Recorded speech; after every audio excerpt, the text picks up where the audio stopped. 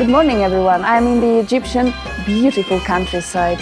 I'm in Luxor on the West Bank. I'm going to the Valley of the Kings to show you the largest pharaoh's tomb of the New Kingdom, as impressive as the pyramids, hundreds of meters cut into the rock, a marvel of ancient engineering and at the same time an underground gallery of ancient art.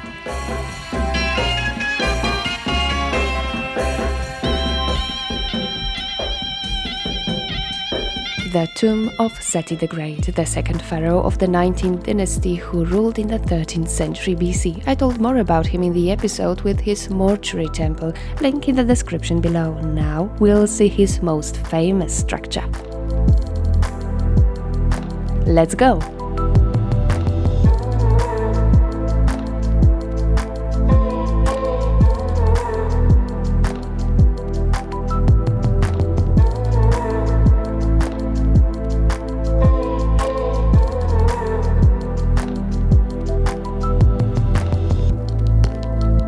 Today's exploration is quite special, as Cavie 17 is one of a few tombs in Egypt where filming is still not allowed. Filming inside is completely forbidden, but I managed to do it for you. So let's go inside. The tomb was discovered by Giovanni Battista Belzoni on the 16th of October 1817. Exploring the Valley of the Kings wasn't an easy task. In Belzoni's time, the place was still the territory of local bandits, who actually introduced him to the area. It's said that he didn't have any difficulties befriending them, as he himself wasn't an archaeologist, but a treasure hunter and adventurer, a true tomb rider.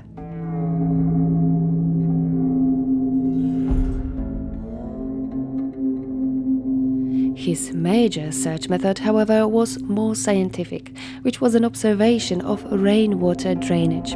The faster water was absorbed in a given area, the more likely it was to find empty space below the surface. That's actually how the tomb of Seti I was discovered. Originally, here was a wooden double-leaf door. It probably secured the tomb during preparations for the funeral of the pharaoh.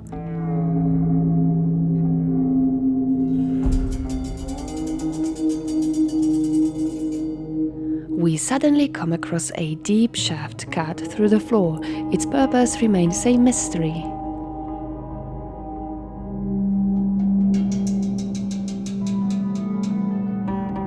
It surely must have been a great obstacle for the first tomb explorers.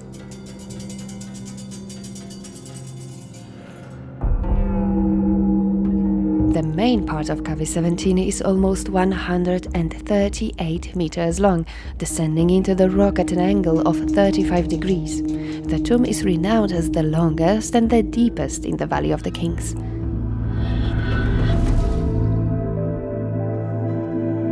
We're entering the room, supported by 4 pillars.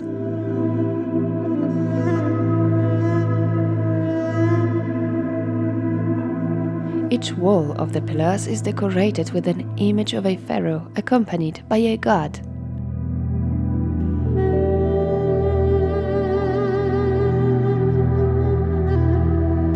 Above their heads, cartouches, a throne and a birth name of Seti the Great. In contrast to the initial corridors where reliefs focus on solar themes, here we enter the underground world with scenes from the Book of Gates and funeral texts.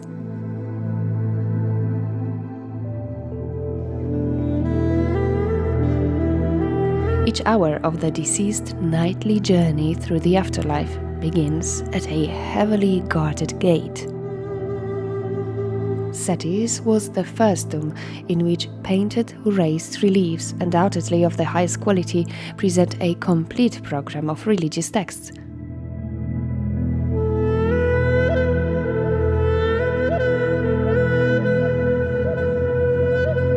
This was possible thanks to the change in tombs construction and decoration which started with the 19th dynasty, after J. Robertson from his book The Rebirth of the Sun. Quote, The underworld books began to appear outside of the burial chamber. The entire tomb became a canvas for representations of the mythological regions of the hereafter. By including explicit underworld imagery throughout the descending corridors and other rooms, the Ramesside architects effectively labeled the entire structure as the underworld.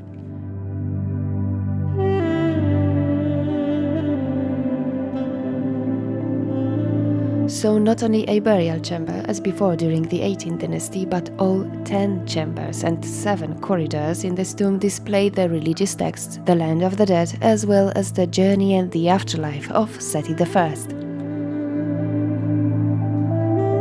Even though today Cavity 17 is known as one of the best preserved and one of the most completely decorated tombs in the King's Valley, it didn't avoid the fate of many other burial places. Upon the opening of Cavity 17 by Belzoni, the rainwater flooded the lower chambers. It resulted in the expansion and contraction of stone, which led to the detachment of large pieces of plaster from the walls and ceiling.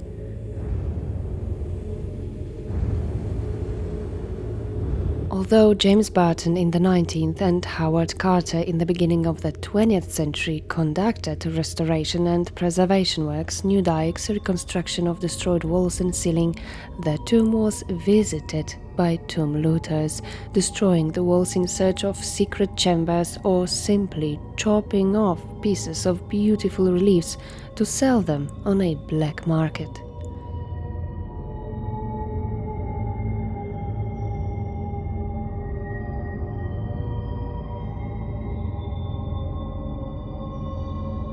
Scenes depicting cartouches and the opening of the mouth ritual were a popular target for treasure hunters.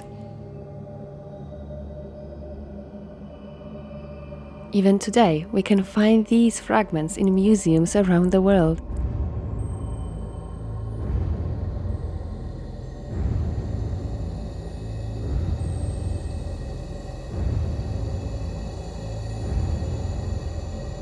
Unfortunately, also the early Egyptologists contributed to the tomb's damage. The technique of wet squeezes, plaster casts made from molds constituting of wax and vegetable fibers, was one of the most popular documentation techniques during the 19th century. In that time, even the tourists could purchase a small set for explorers, make the squeezes themselves and take plaster casts home as a souvenir. Although this technique very precisely documented ornamentation, and today a lot of casts from structures that no longer exist let us imagine and recreate their decorative programs, it badly affected the original painted decorations. As a result, some reliefs in Seti's tomb, once brightly painted, feature faded or vestigial traces of colors. All the destruction in the tomb has only occurred in the last 200 years. When Belzoni discovered the tomb, it was intact.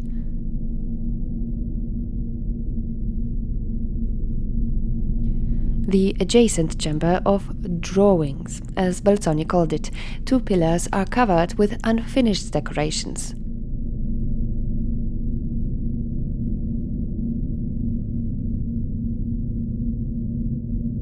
These detailed sketches give us an insight into the creative process of the artists.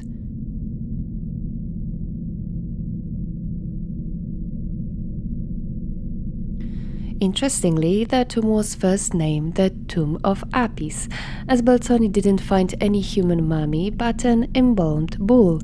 After 11 years of speculation, in 1828, Champollion read the hieroglyphs and assigned the tomb to one of the greatest pharaohs, Seti I, father of Ramesses the Great, who actually finished this tomb and many of his father's projects.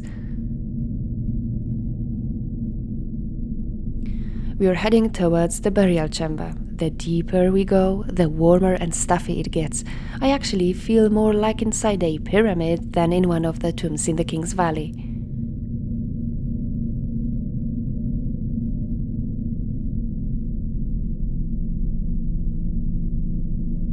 This corridor features described in detail the ancient ritual of opening the mouth, which enables the deceased to speak and eat in the afterlife. The Litany to the Eye of Horus. It permits the deceased participation in the sacrificial liturgy to the gods.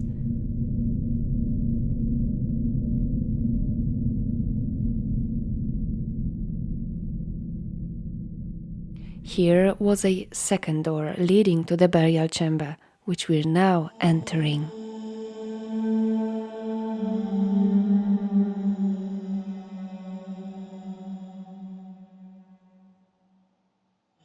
It's divided into two parts, the first upper and the second lower part. The burial chamber was the most damaged by the flooding.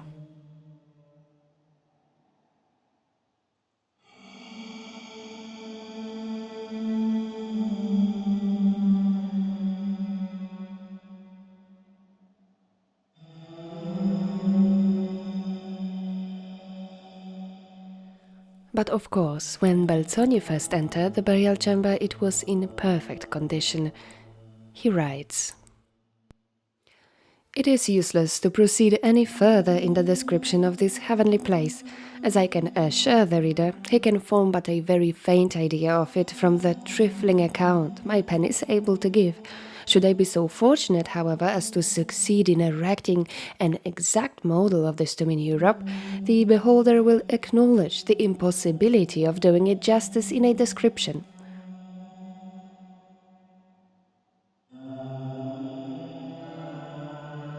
Although Belzoni didn't know yet that the tomb belonged to Seti I, he knew that his discovery was of great importance.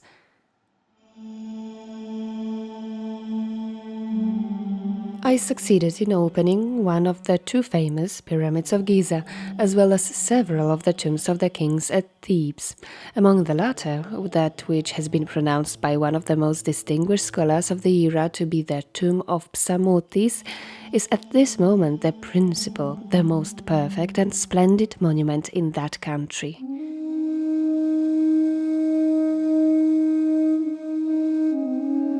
I have the rare privilege of entering the site annexes closed to the public. A scene from the Book of the Heavenly Cow, goddess Nut as a cow supported by other gods.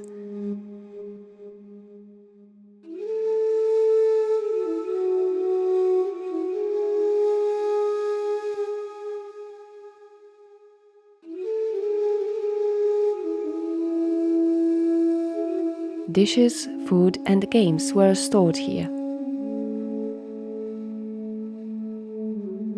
Actually, when Belzoni discovered the tomb, it still contained funerary equipment such as wooden figurines and furniture.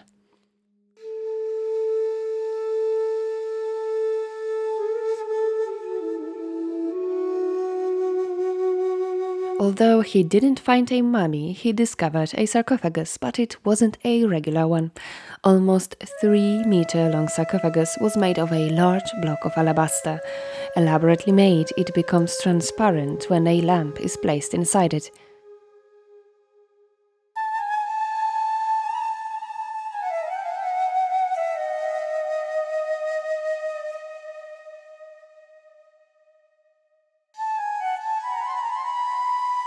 Belzoni took the sarcophagus to London in 1821, but the British Museum rejected his offer to buy it, considering its price was too high.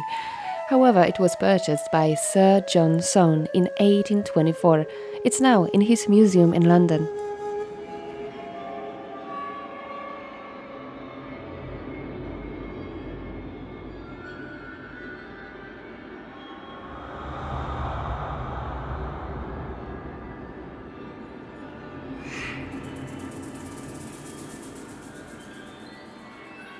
Luckily, the mummy was eventually discovered in the mummy cache, tomb known as TT or DB 320 at Deir el-Bahri. It was moved there during the Third Intermediate Period by the priest of Amun, who, aware of the tomb lootings on a large scale, wanted to save the bodies of the former rulers. But the mummy of Seti, before having been transferred to the safe place, had been damaged by the looters. They destroyed the mummy's belly and most likely detached the head from the body. We only know that the priests fixed it back before reburial. Despite the damages, Seti's mummy is one of the best preserved, but it gives us no indication as to why he died at the age of 40, since both his father and son, Ramesses the Great, lived to a very old age. It's time to take a look at the most characteristic part of the tomb, the lower part of the burial chamber known as the House of Gold, measuring 6 meters in height, famous for its spectacular ceiling depicting star constellations.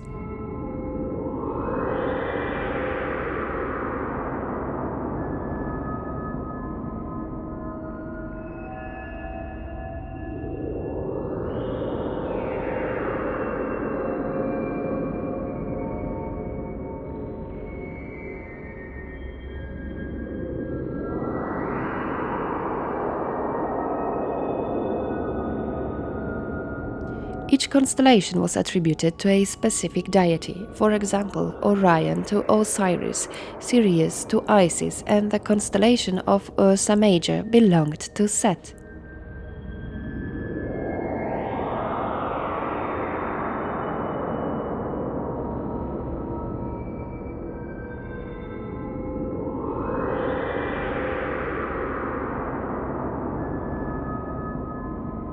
The omnipresent in the tomb scenes and texts from the Imydwat and the Book of Gates describe the nocturnal journey of the god Ra through the underworld, having its climax here in the burial chamber.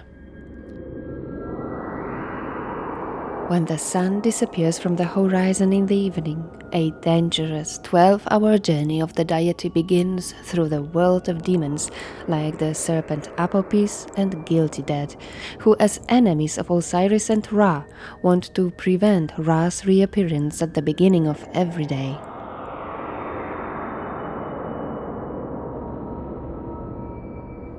The book is a set of procedures to be followed to stop and punish evil powers.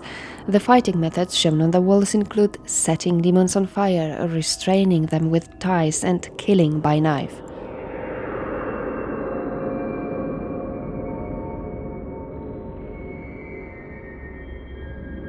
Interestingly, although the Egyptians knew many different sophisticated weapons, here in the afterlife only one fighting style applies: the knife combat.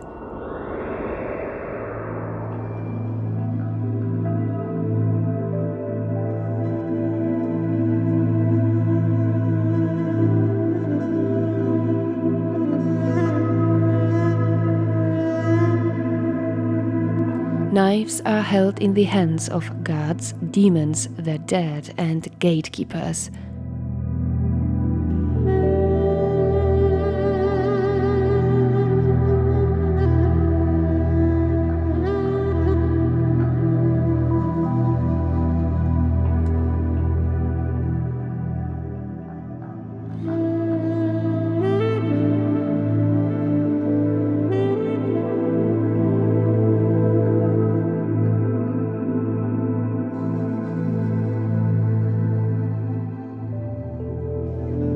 We're more than 100 meters from the entrance hall, but it's not over.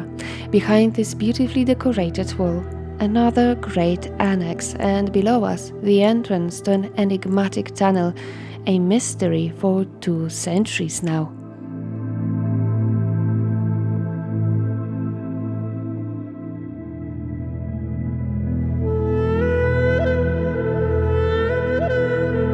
Lack of oxygen and higher concentration of carbon dioxide, which may be linked to a gaseous emission of shale, didn't facilitate the excavation. Since 2007, the team of Dr. Zahi Hawass has cleared 174 meters of this mysterious tunnel.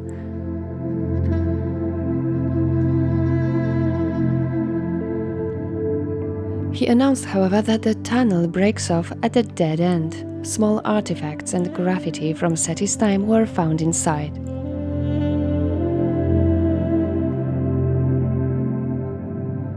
What was the purpose of a tunnel extending downwards, longer even than the tomb itself? Was such an effort made to simply abandon the digging after Pharaoh's death? What did they search so deeply, or what did they hide in it? Maybe in the future I'll come back here to go further. While living, let's pay attention to the beautifully preserved images of Goddess Nekbat.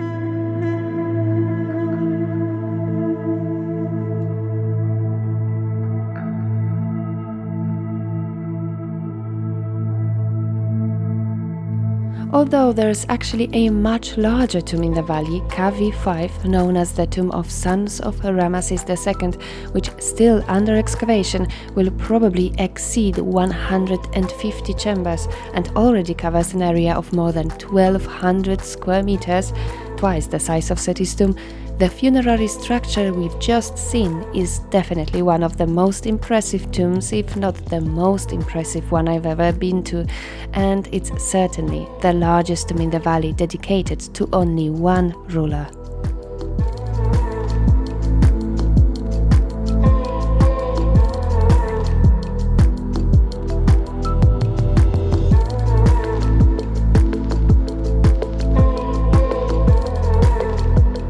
I'm really happy that I finally managed to show you this wonderful tomb, although you can guess it wasn't easy due to the ban on filming. Only 2 tombs open to visitors in the King's Valley are left for us to explore. All the others you can watch on my channel. I link the videos below.